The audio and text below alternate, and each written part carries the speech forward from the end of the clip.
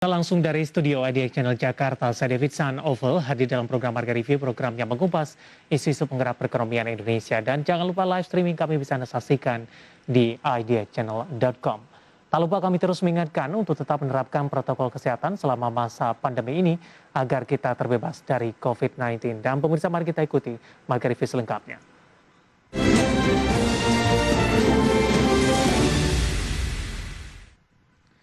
Ya, pemirsa, Presiden Joko Widodo mengingatkan seluruh kepala daerah untuk mengelola dan mengatur libur Natal dan Tahun Baru yang berpotensi menimbulkan peningkatan kerumunan dan juga mobilitas warga. Hal tersebut untuk mengantisipasi kemungkinan gelombang ketiga COVID-19 yang tidak diharapkan.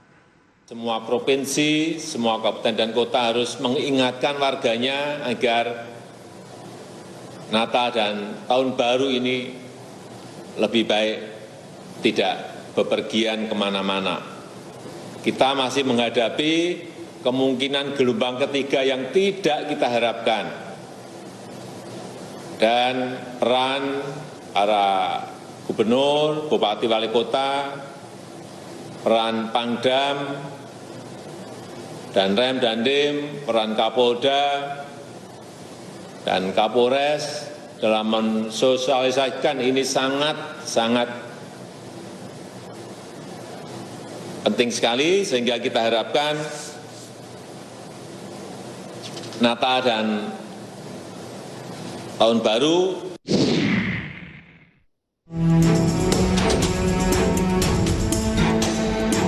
Demikian arahan Presiden Joko Widodo yang mengingatkan seluruh kepala daerah untuk mengelola dan mengatur libur Natal dan Tahun Baru yang berpotensi menimbulkan peningkatan kerumunan dan mobilitas warga, salah satunya mudik. Sebab berdasarkan pengalaman sebelumnya, libur Nataru menyebabkan peningkatan penyebaran COVID-19. Berdasarkan hasil survei, ada 19,9 juta orang yang berniat mudik pada momen libur Natal dan Tahun Baru. Menurut Jokowi, jumlah yang tidak sedikit tersebut harus diantisipasi oleh semua provinsi, kabupaten, dan kota. Oleh karena itu, lanjut Jokowi, seluruh pimpinan daerah memiliki peranan yang sangat penting dalam menyosialisasikan hal tersebut, terutama untuk mengantisipasi kemungkinan gelombang ketiga yang tidak diharapkan. Jokowi berharap semua direncanakan secara detail sesuai dengan kondisi masyarakat setempat dan menghargai norma-norma yang ada. Dari Jakarta, Tim Liputan IDX Channel.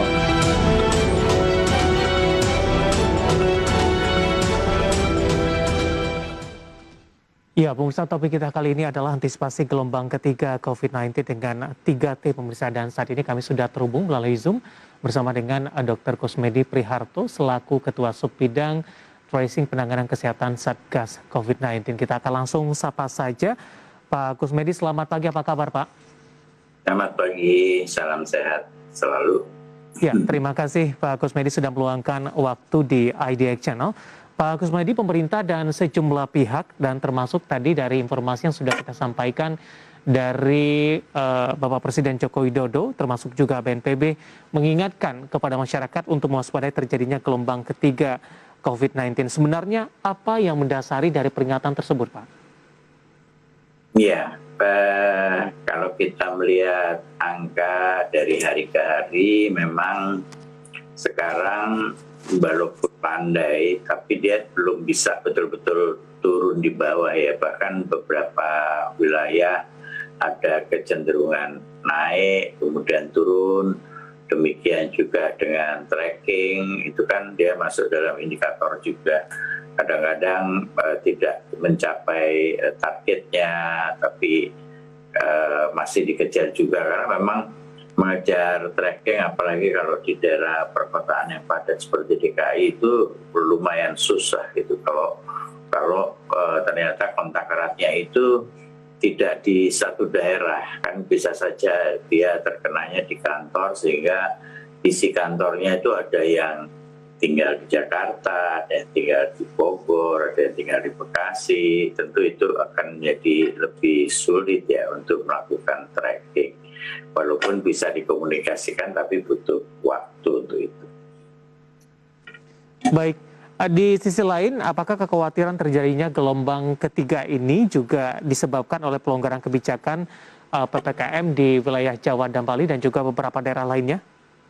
Pak Kusmedi. Ya, mau tidak mau itu berpengaruh ya, karena bagaimanapun kita kadang-kadang ketakutan sendiri melihat perilaku masyarakat yang euforia dan seperti sudah tidak ada lagi COVID itu sendiri. Kemudian yang berikutnya adalah anak-anak sekolah sudah mulai sekolah tatap muka ya. Itu pun juga menjadi kewaspadaan kita semua, karena umumnya rata-rata di negara-negara yang kemudian timbul permasalahan itu salah satunya adalah karena anak-anak yang sudah mulai tatap muka itu. Dan yang paling dikhawatirkan mungkin juga salah satunya, walaupun sudah terbentuk, sudah melakukan imunisasi, sudah terbentuk antibodi, tetapi bulan Desember itu kan sudah hampir atau mungkin bahkan beberapa sudah lebih dari 6 bulan, sehingga antibodinya sendiri itu juga pasti menurun. Masyarakat perlu juga diingatkan untuk menjaga daya tahan tubuhnya itu tentunya dengan istirahat yang cukup, melakukan makan yang sehat, kemudian menggunakan 3T yang baik seperti itu, sehingga kalau ada virus di sekitarnya mereka bisa menahan hal tersebut. Baik, adanya libur Natal dan Tahun Baru, apakah ini juga akan menjadi salah satu faktor pemicu nantinya, Pak? Ya, kita lihat aja kalau kayak yang paling dekat dengan kita, daerah Puncak, tidak libur yang panjang saja, hanya libur hari Sabtu Minggu saja sudah macetnya seperti itu. Apalagi kalau ada libur yang agak panjang, sudah hampir pastinya mereka semua pada pergi ke daerah-daerah wisata itu. Jadi memang potensi untuk wisata dan ekonomi bergerak itu besar sekali ya. Tapi Pak Jokowi juga sempat menyampaikan kan bahwa di daerah negara-negara Asia Tenggara, ASEAN, ekonomi mulai melonjak, meningkat seperti itu. Tapi ya kalau nanti akhirnya seperti sekarang kan kayak Inggris, kemudian Belanda, Rusia sedang dilanda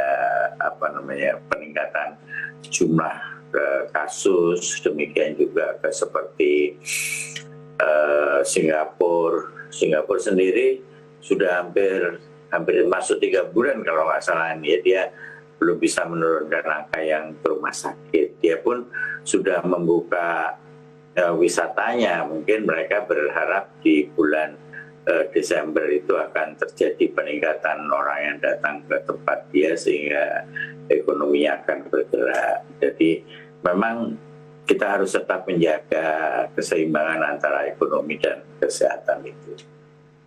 Baik, yang menarik juga yang mungkin bisa disoroti dari tingkat kedisiplinan masyarakat, Pak Kusmedi, bagaimana Anda melihatnya? Apakah dengan landainya kasus COVID-19 di Indonesia, kemudian mereka sudah melakukan vaksinasi, pelonggaran PPKM, ini membuat masyarakat dari sisi kewaspadaan, penerapan protokol kesehatannya agak sedikit mengalami penurunan, Pak? Iya, itu tadi yang saya sampaikan, bahwa kalau kita pergi ke seperti mall, kemudian tempat-tempat seperti pasar, itu sudah hampir seperti tidak ada COVID di sana ya. Ngeri sendiri kadang-kadang ngelihatnya hal yang semacam itu. Tapi ya kami selalu mengingatkan bahwa di level yang lebih rendah itu kewaspadaan kita harus lebih tinggi. Bukan berarti di level rendah kita jadi bebas terhadap itu semua, tapi kita selalu mengingatkan pada masyarakat bahwa apapun yang terjadi itu tergantung daripada sikap daripada masyarakat itu sendiri. Artinya misalnya seperti sekarang gedung bioskop memang sudah dibuka, tapi kan kita tahu sendiri gedung bioskop itu tertutup, AC-nya sentral, walaupun diberikan HEPA filter yang bagus mungkin, tapi tetap dia tertutup. Kalau kita tidak menggunakan masker dengan benar atau tidak perlu benar untuk menonton film, mungkin masih bisa ditonton di media yang lain yang tidak perlu datang ke tempat itu, karena berpikir nanti kalau kita datang ke tempat itu bisa saja kita tertular. Kalau kita sakit, keluarga kita akan sakit semua. Nah, pertimbangan seperti itu harusnya dipikirkan secara dewasa oleh masyarakat kita. Baik, Pak Kusmedi, menarik, kita akan jeda terlebih dahulu, nanti kita akan lanjutkan. Banyak pihak yang menilai, Pak, untuk penerapan dari protokol kesehatan ini tidak hanya cukup dari sisi pendekatan secara budaya saja. Kalau bisa, ini bisa diundang-undangkan sehingga punya payung hukum, kemudian ketegasan terhadap masyarakat juga lebih baik lagi. Nanti kita akan coba bahas lebih detail lagi, Pak Kusmedi. Kita akan jeda terlebih dahulu, dan pemirsa tetap bersama kami. Maka review akan segera kembali sesaat lagi.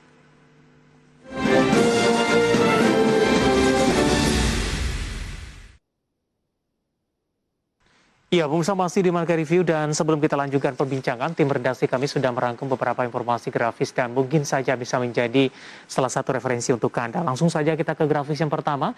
Kita akan coba lihat, pemirsa, pemicu kasus COVID-19 mengalami peningkatan. Yang pertama adalah relaksasi yang terlalu cepat dan tidak melalui tahapan-tahapan. Yang kedua, protokol kesehatan yang tidak disiplin. Kemudian pembelajaran tatap muka di sekolah. Ini pun beberapa poin tadi juga sempat disinggung oleh Bapak Kusmedi. Kemudian kita beralih ke grafis yang kedua, pemirsa. Kita akan coba lihat kasus COVID-19 di Indonesia per 27 Oktober 2021. Ya, dari total kasus, kemudian juga kasus sembuh, kemudian juga kasus kematian, di mana kasus sembuh di sini mengalami peningkatan yang cukup signifikan, pemirsa, dalam beberapa waktu terakhir. Ya, beberapa informasi grafis yang berhasil dihimpun oleh tim redaksi kami dan semoga bisa menjadi salah satu referensi untuk Anda. Kita lanjutkan kembali perbincangan bersama dengan Bapak Dr. Kusmedi Priharto, Ketua Subbidang Tracing Penanganan Kesehatan Satgas COVID-19. Pak Kusmedi, kita lanjutkan kembali, Pak. Tadi dari beberapa poin yang Anda sampaikan, tadi ada protokol kesehatan yang tidak disiplin. Kerumunan-kerumunan masih tetap terjadi di jalur puncak. Anda juga mengatakan tadi ini sudah mulai terjadi kemacetan. Nah, dalam penerapan protokol kesehatan dari sisi disiplin, banyak pihak juga yang menyampaikan, Pak Kusmedi, untuk penerapan protokol kesehatan tidak cukup hanya pendekatan dari sisi budaya saja, tapi juga perlu undang-undang mengatur dalam hal ini, ada payung hukum dalam hal ketegasan. Bagaimana tanggapan Anda? Rasanya peraturan sudah cukup banyak ya, dan cukup tegas ya, malahan saya lihat memang kalau berdasarkan undang-undang wabah saja sudah jelas di situ dikatakan di pasal 11 bahwa setiap orang yang positif itu wajib untuk melapor pada institusi pemerintah ataupun institusi kesehatan. Itu jelas sekali tidak dilakukan juga oleh banyak orang, bahwa kalau dia positif malah kadang-kadang mereka diam-diam. Bahkan banyak juga sampai sekarang yang masih sering menolak untuk diperiksa seperti itu ya. Karena memang kita tahu bahwa wabah itu cara penanganannya memang cuma satu, yaitu memutus rantai tali penularan. Nah, caranya kita bisa menemukan dengan cepat melalui tracking, kemudian dia diobati dan diisolasi, kemudian bagi mereka yang kontak erat dengan jarak 1 meter dan selama 15 menit itu disebut kontak erat, maka dia harus dikarantina. Jelas semuanya itu tertulis di sana. Kemudian kepada pelanggaran, memang saya setuju, artinya merubah budaya itu tidak mudah ya. Tapi kalau kita lihat misalnya saja ketika orang disuruh menggunakan helm, itu kan juga makan waktu bertahun-tahun terhadap hal tersebut. Kalau sekarang menggunakan masker saya lihat lebih cepat ya dibanding dengan ketika kita suruh orang menggunakan masker, terutama pada anak-anak kecil itu cepat sekali mereka kemana-mana mereka menggunakan masker dan tidak lalai seperti yang dewasa, yang tua-tua itu lebih susah ya menaruh masker di hidung dan mulut, dia lebih suka menaruh di dagunya. Nah, penanganan tadi kan juga sudah diingatkan oleh Pak Presiden bahwa pemerintah daerah, TNI, Polri, semua diberikan tanggung jawab kepada institusi hukum dalam hal ini untuk mereka bisa melakukan hal tersebut. Namun perlu juga kesadaran kepada institusi hukum. Saya masih melihat sebagai satu contoh ketika kita harus masuk ke mal atau tempat yang ramai. Di situ ada pemeriksaan dengan menggunakan Peduli Lindungi. Tapi ketika mungkin internetnya bermasalah dan sebagainya, akhirnya orang menunggu rame-rame. Nah, kemudian satpamnya melihat kondisi yang seperti itu, dia langsung menyilahkan, udah masuk aja, masuk. Nah, ini hal-hal yang perlu disadarkan juga bahwa ketika kita berbuat seperti itu, berarti pemeriksaan itu jadi tidak akurat ya, tidak pasrah untuk kondisi yang SOP-nya tidak harusnya seperti itu. Butuh waktu, saya setuju sekali terhadap itu. Makanya tentunya di sekolah harus diingatkan, di kantor harusnya diingatkan, di mall melalui loudspeaker itu selalu diingatkan setiap 1 jam mungkin seperti itu. Melalui toa juga harusnya di masjid-masjid itu bisa diingatkan hal tersebut sebelum melakukan sholat. Tentunya imam bisa mengingatkan tersebut baik di tempat masjid ataupun di gereja juga diharapkan bisa mengingatkan itu. Jadi semua orang mempunyai tanggung jawab bersama-sama untuk membentuk hal tersebut. Karena kalau kita nggak bisa seperti itu, satu contoh misalnya Bali ya. Ketika Bali dulu belum dibuka, itu dia akan hancur, habis terpuruk sekali terhadap semua ekonomi yang berjalan karena dia memang sangat tergantung dengan pariwisata. Nah, ketika sekarang pariwisata dibuka, kalau masyarakat Bali itu masih bersikap masa bodoh, artinya tidak tanggap terhadap kondisi-kondisi yang menyebabkan satu penularan, kemudian merebak lagi misalnya COVID di sana, akibatnya kan Bali ditutup dan akibatnya mereka terpuruk kembali. Nah, inilah yang kedewasaan semacam ini memang butuh untuk diingatkan kepada mereka. Baik, perlu tindakan tegas tidak Pak? Tindakan tegas tentunya tetap perlu ya, tapi kita akan melihat beberapa negara seperti contoh India, kalau kita lihat itu kan semacam Satpol PP-nya mungkin mereka kan juga cukup tegas terhadap itu. Di beberapa negara seperti di Singapura, di Australia itu mereka didenda dengan denda yang tinggi kalau mereka lalai dan menyebabkan penularan seperti itu. Namun tetap saja kalau kita lihat Singapura tetap naik angkanya, kemudian Melbourne juga sempat naik kayak seperti itu. Jadi ya sangat tetap itu harus dilakukan, tetapi pengingatan atau himbauan kepada masyarakat untuk mengerti bahwa budayanya sudah tidak seperti itu memang harus tetap dilakukan ya. Baik, Pak Dr. Kusmedi, kita masih punya satu segmen lagi, kita akan jeda kembali terlebih dahulu dan pemirsa telah bersama kami. Marga TV akan segera kembali sesaat lagi.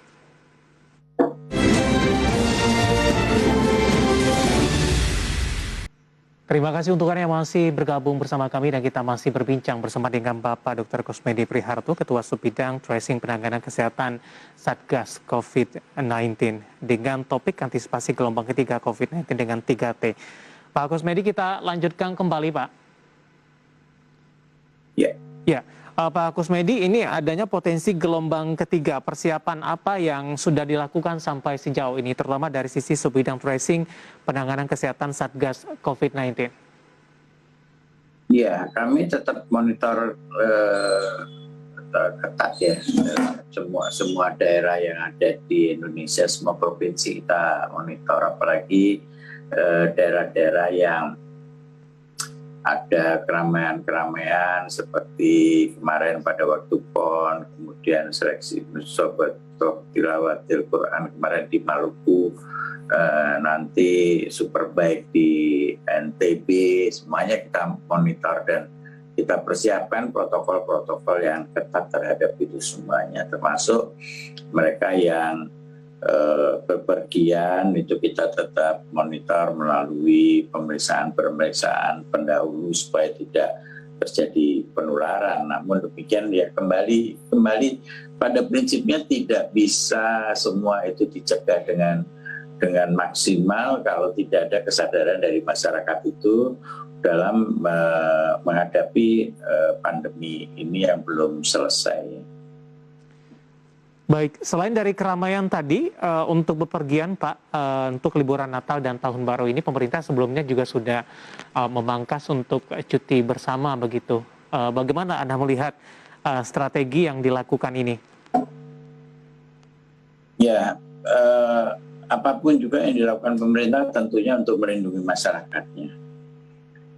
Untuk melindungi supaya virus itu tidak merebak lagi. Apalagi kalau kebetulan virus itu yang merebak misalnya virus Delta. Ketika virus Delta yang merebak kan kita tahu bahwa kecepatan penularannya sangat cepat dan cukup ganas di dalam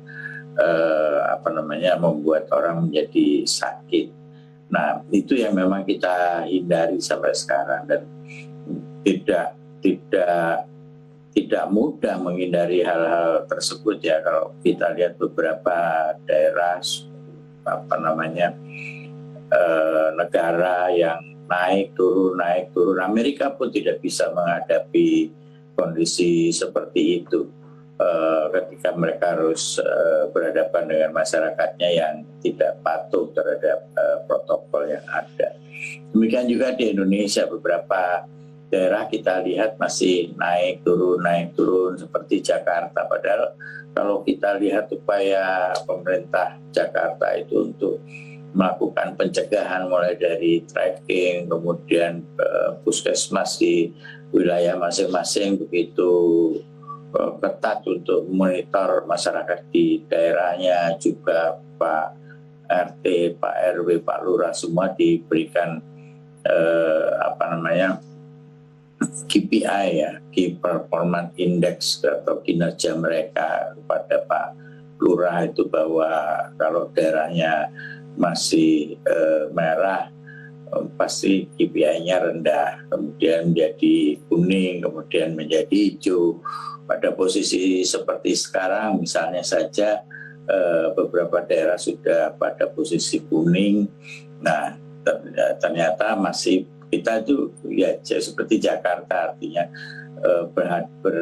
berdempetan dengan Depok, berdempetan Bekasi, Tangerang dan sebagainya. Orang juga keluar masuk ke daerah Jakarta, sehingga tidak mungkin kita mengikuti satu orang masuk ke Jakarta terus ada di mana dia, kecuali kita punya